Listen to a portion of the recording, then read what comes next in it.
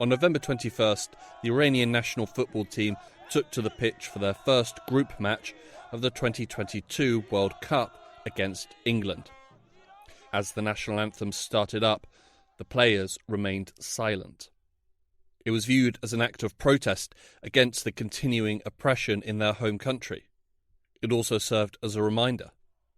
While the protest movement may have slid from the front pages of global news, Iranians are still taking to the streets and still demanding change. In response, the regime in Tehran is still deploying increasingly horrifying levels of brutality to suppress the movement. This week, how has the protest movement in Iran developed since it began? Why are Kurdish communities being targeted by the regime? And how has the international community responded, and are they doing enough?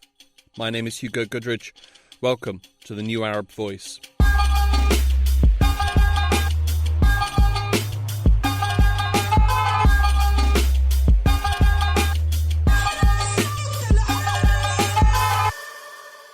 The Iranian protests first erupted on September 16th. 3 days earlier, 22-year-old Mahsa Amini, also known as Gina Amini, had been picked up off the streets by the Iranian morality police and accused of wearing the mandatory headscarf incorrectly. While in custody, it is widely believed that she was brutally beaten by the police. She was transferred to a hospital and died 3 days later.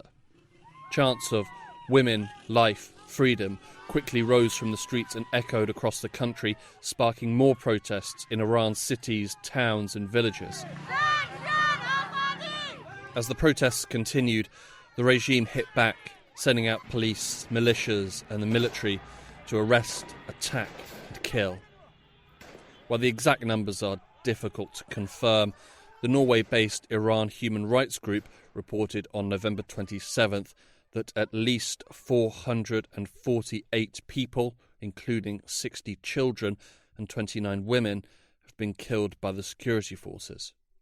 The Human Rights Group added in their statement that the numbers are an absolute minimum. On December 1st, 76 days after the start of the protest movement, the human rights activist news agency reported that 18,197 Iranians had been detained. While the brutal killing of a young Kurdish Iranian woman brought people to the streets, the protests quickly developed. One certain hallmark of these protests, distinguishing them from previous uprising, is that... This is Dr. Alan Hassanyan, a lecturer in Middle East politics at the Institute of Arab and Islamic Studies at the University of Exeter. From the early day when the protest started, after the funeral of Gina in her hometown, Sakis, so protesters tore down images of Ayatollah Ali Khamenei, Iran's supreme leader, meaning that this time it was not a local official or the president himself that were the target of the protest, but the Islamic Republic of Iran's holiest institution, the supreme leader, was the target. And it can be understood an open call for a regime change. Mahsa Amini's hometown became the epicenter of anger, spreading out across the country. Anti-government protests then spread to the neighboring town and people in Sna, which is the capital of the Kurdistan province, and other Kurdish provinces like Kermanshah, Lorestan and Ilam just the day after.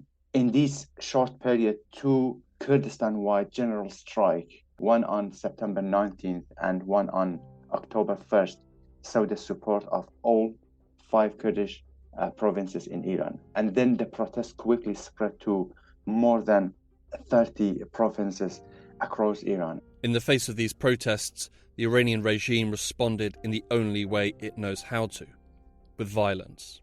The Iranian forces have disproportionately used and rapidly escalated violence to crack down on a protest.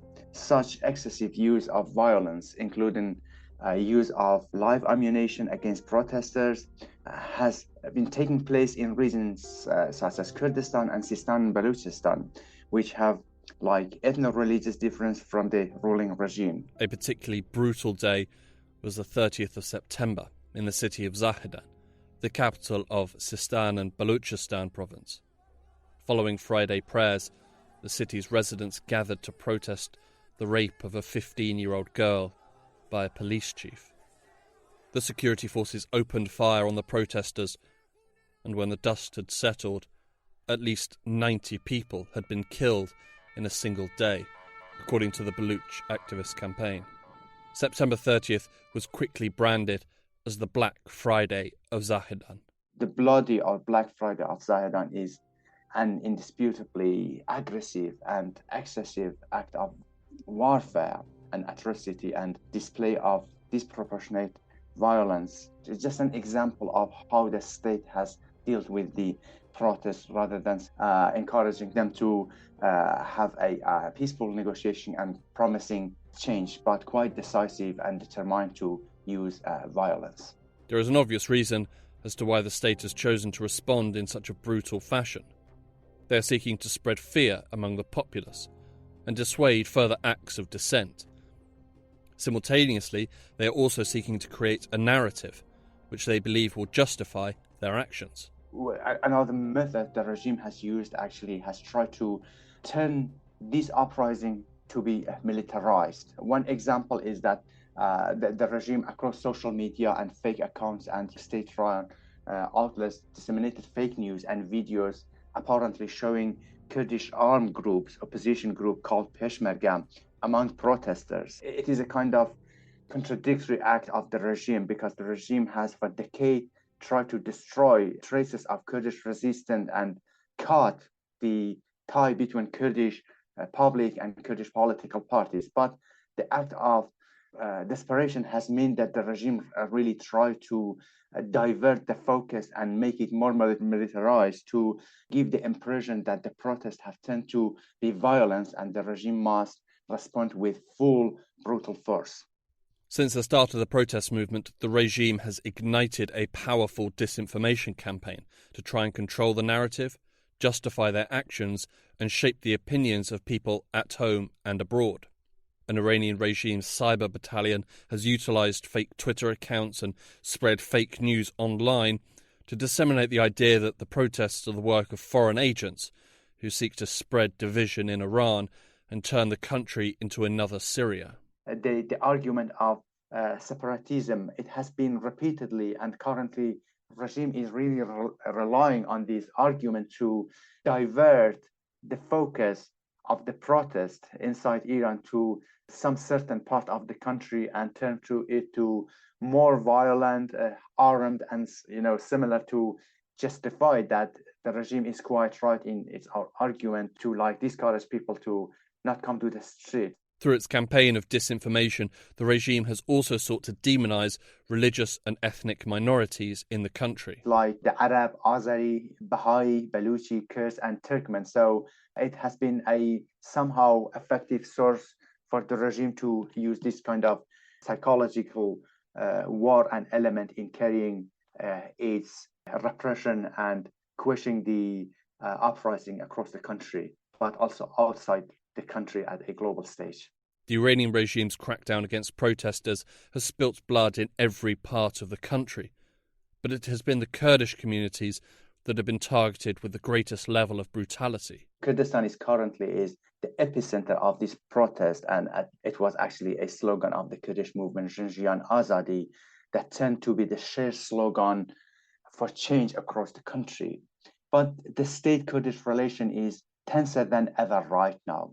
All regions and provinces of Kurdistan militarized, and the rule of martial law in some region is implemented. So also Kurdistan was, in the historical perspective, Kurdistan was the only region in Iran that boycotted the referendum for Islamic Republic in March 1979.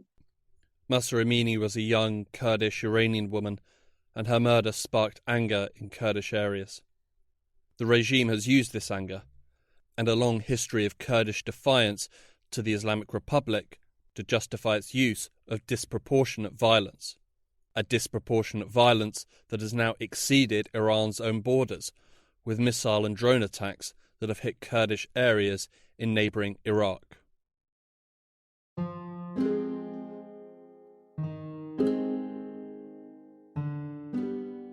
During the Iranian Revolution in 1979, women's rights and gender equality was a key issue for many. But as the revolution developed and Islamic clerics gained greater influence, the issue of women's rights was pushed back with a vague promise that it could be sorted at a later date once the revolution was complete. It was a promise that was never kept. Today's protests were sparked by the murder of a young Kurdish woman, and again, issues of gender equality and women's rights have come to the forefront as crucial issues.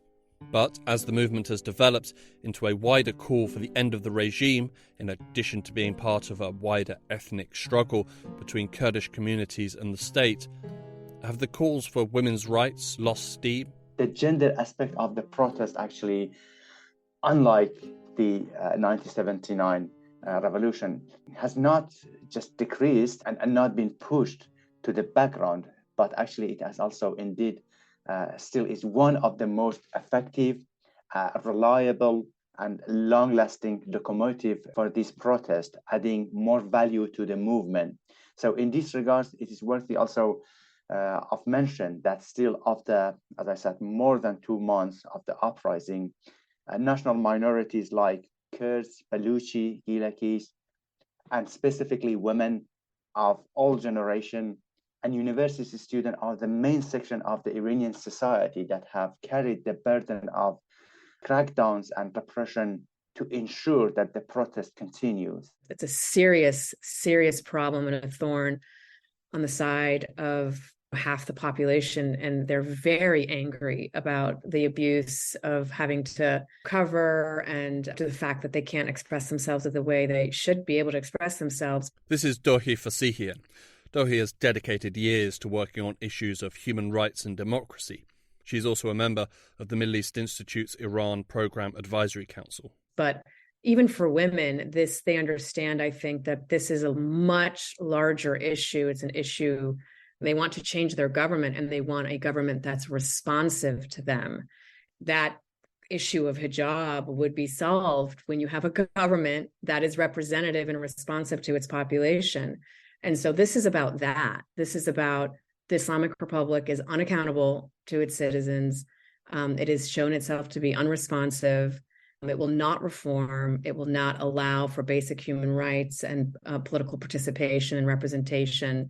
And I think they want to change. And so I don't think that gender equality is being pushed at all to the back burner. I think Iranians see the bigger picture, and they see that for it to be resolved in a sustainable way, they need to see a change in the regime, and they need a democratic government. Inside the country, Iranians are facing fierce and brutal opposition in the hope that they can secure a government that is representative and responsive to its population. The struggle has been difficult and will likely get harder. And there are now those in the country who are looking to international powers to pile on the pressure and force the regime to change. So there is a lot of activity taking place at the international level. Many of these governments are intensifying sanctions on violators. There are things that are happening, and I think we should definitely applaud that, but it's late. And I think it's important to just note that several years ago, 1,500 protesters were killed in 2019 in the Aban protests, and the international community failed to act completely. And so this fact-finding mission that we've set up is extremely important. It should have been probably done several years ago, but we're thankful that it's been done. A resolution to establish a fact-finding mission was passed by the UN Human Rights Council on November 24th and will investigate human rights violations in Iran related to the protests. Following the resolution, Volker Turk, the UN Human Rights Commissioner for Human Rights, gave a statement. I call on the authorities immediately to stop using violence and harassment against peaceful protesters, and to release all those arrested for peacefully protesting, as well as, crucially, to impose a moratorium on the death penalty. The unnecessary and disproportionate use of force must come to an end. The old methods and the fortress mentality of those who wield power simply don't work. In fact, they only aggravate the situation. We are now in a full-fledged human rights crisis. The fact-finding mission is one of the first concrete steps taken by the international community since the start of the protests. And for Doher, such an intensive examination of Iran's human rights violations is long overdue. These protests, I think, have caught both the United States and European governments flat-footed. I think they are waking up to the realities of the Islamic Republic, and I think their policies have been stuck in the late 1990s. Europeans are happy to quietly trade with Iran, try to, encourage Iran to get back to the JCPOA. And I think there's a disconnect from, where the Iranian people are and what's happening inside the country and where policymakers in some of these Western capitals are. International governments have negotiated with the Iranian regime in the past, most notably in relation to the Iran nuclear deal, or JCPOA. But the issue of human rights failed to materialize in any meaningful manner at these talks. For several decades, we've been focusing on a nuclear deal with Iran that, we're in, we're out, we're talking, we're not. It constantly has been in the headlines. And we were in that situation during the Obama administration where there was a very, very stringent sanctions regime on Iran, which created leverage for those that, countries that were trying to get concessions on these nuclear issues. But there's nothing to say that you can't talk about those security issues and also human rights. And what we saw at that time was that the Iranian regime said, no, we don't want to talk about that, and we won't even talk if you talk about that. And the West said, okay, that's fine, and was fine with that. And I think we were naive. I think we didn't use that leverage well, and we were just too eager to get concessions on the nuclear deal. And I think the Iranian government has manipulated that and used that to their benefit, constantly dangling this idea of cooperation on a variety of other issues, as long as you don't talk about our domestic affairs. And we've just gone along, the rest of the world has gone along with that for far too long.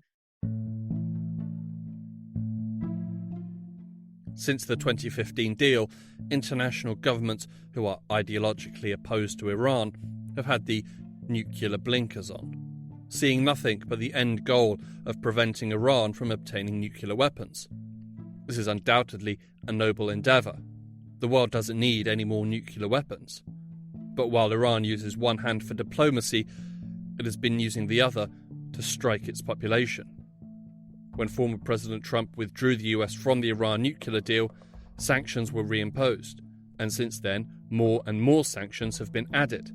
The general idea behind the sanctions is to limit capabilities, dissuade bad behaviour, and put pressure on the regime. Well, Iran is one of the most sanctioned countries in the world, and this has been the case over many decades and over many U.S. administrations, and the U.S. is one of the primary authors of those sanctions. And I think while sanctions have put pressure on the general population in Iran, I'm not sure it's really had an impact at all on the regime.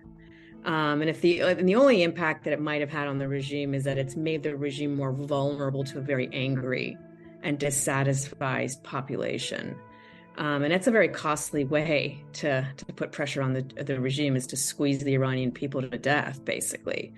And there's a lot of controversy over how sanctions are done. And then when you do have sanctions, what are you doing with the sanctions? Are you just having sanctions to have sanctions? Or are you having sanctions to get some kind of positive response from the Iranian government on a set of issues? And then what are those set of issues? The sanctions on the Iranian regime and its economy have certainly hurt the Iranian people. Its currency, the Iranian rial, has lost 20% of its value just since August, and annual inflation sits around 50%. Since last year, food prices have risen 100%. But like the nuclear talks, the sanctions imposed were never intrinsically linked to the issue of human rights in Iran. Furthermore, the heavy imposition of sanctions has fed the Iranian regime's narrative. Following the recent announcement that Germany was intending to impose further sanctions on Iran's Revolutionary Guard, Iran's foreign ministry spokesman made this statement. اظهارات Germany's decision to sanction the Guards, if it takes such action, is a continuation of that country's irresponsible and unconstructive action against the Islamic Republic and of their poor approach towards the Iranian government and people. The Revolutionary Guards are the official military body of the Islamic Republic, and this action is completely illegal. You know, these officials in Iran have not been moved by sanctions because, again, I think it's a regime that thrives on isolation, that prefers a measure of isolation in order to stay in power. Many officials don't leave the country. Some do. To me, it feels like it's a tried tactic. It hasn't really worked to change regime behavior. If sanctions can't force a regime to respect human rights and prevent brutal government crackdowns, then what can be done? I feel like our policy toward Iran is more punitive. And it's punitive in a way of you get slaps on the hand, you get resolutions at the UN, you get a special rapporteur, but there's no sort of like, this is where you need to go. And when you look at countries like Burma, or you look at countries like South Africa, historically, you know, there was like a path, there was like a way to get to point A, you know, to point B, to point C. South Africa was on the UN agenda for 50 years. And we went from a system that refused to talk, refused to cooperate, just like Iran is doing now, to eventually being pressured so much globally that we had, the UN oversaw free and fair elections. And the same with Burma. Burma isn't, unfortunately has backslided since its opening in 2010, but the same thing happened. But I don't see an international consensus for democracy in Iran, or even recognizing the political rights that are enshrined in the Universal Declaration of Human Rights and the ICCPR, the International Covenant on Civil and Political Rights. I've never seen that come in resolutions at the United Nations when it comes to the reason why Iran has these terrible human rights abuses, and particularly now with what's going on. Wanting to end human rights abuses in Iran is a good objective to have, but it's also a nebulous objective. It requires a plan of action. Without that, it's just words. If you're going to start building pressure on the government, if you're going to be sanctioning the country and you're going to be doing these things, you need to have some kind of proactive, these benchmarks. And I call them human rights and democracy benchmarks, to prepare for change in Iran. Like, we can't bring change to the country, but I think we can see that Iranians are already doing that very hard work. But I think we should be ready for that. And I don't think we're ready for that right now. And so I think that's the kind of work that I'd like to see be done. The people of Iran have shown that they are ready for a government that is representative of them and works in their interests. Since September, they have shown that they are willing to risk arrest, torture, and even death to achieve this. The international community won't be able to give democracy to the people of Iran. They can only help and support them on their journey to secure it for themselves. But they must also be wary and avoid the mistakes of the past. There are certain things that I think the international community can begin doing to prepare for change, whenever that change comes, so that we're not in a situation where we don't even know what's happening and we don't have anything set up. That doesn't necessarily mean that, you're getting people in the room together to be a government in exile. I'm not saying that.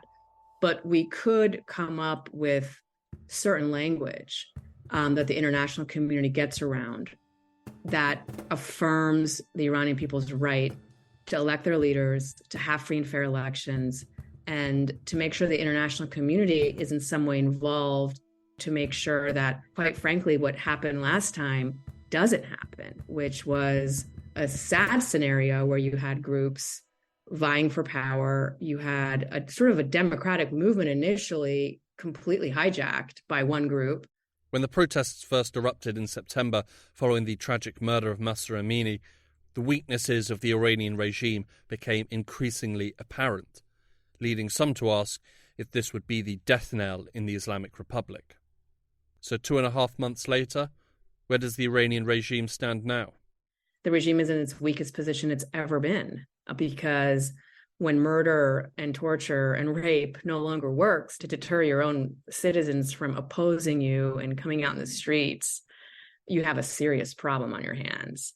And you had a serious problem to begin with if you were relying on those tactics to begin with. But nonetheless, I think one can say that they are in a very weak position because they're going to have to continue to commit these atrocities. And that's going to become harder and harder and harder. And final words to Dr. Alan Hassanian. Of course, there are still people benefiting from the regime and quite loyal. Is no question about that. There are always some percentage. But compared to not 2009, but since 2018 and 19, when people come to the street in huge masses, we have seen the indication of how the regime's legitimacy, not just traditional regions like Kurdistan and Baluchistan, which never enjoyed the support of these people, but the areas who supported the regime for different reasons, economically quite benefiting from state activities.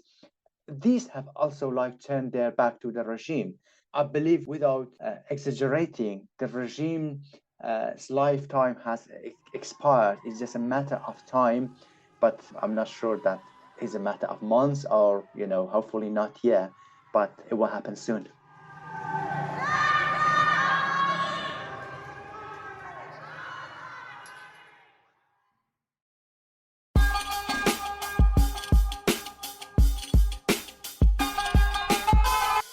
This episode of The New Arab Voice was written and produced by me, Hugo Goodridge, with additional help from Louay Faour. Our theme music was by Omar El Fel. The New Arab Voice will be back next week. Until then, you can find all our previous episodes on all major podcast platforms. You can also check out our Instagram page and Twitter accounts, both at The New Arab Voice, for additional content. We also have a weekly newsletter, which you can sign up for. Find the link in the show notes. You can subscribe to the podcast so you never miss an episode, and you can also rate and review, which helps us spread the word. Don't forget to follow The New Arab on Facebook, Twitter and Instagram for all the latest news from the region.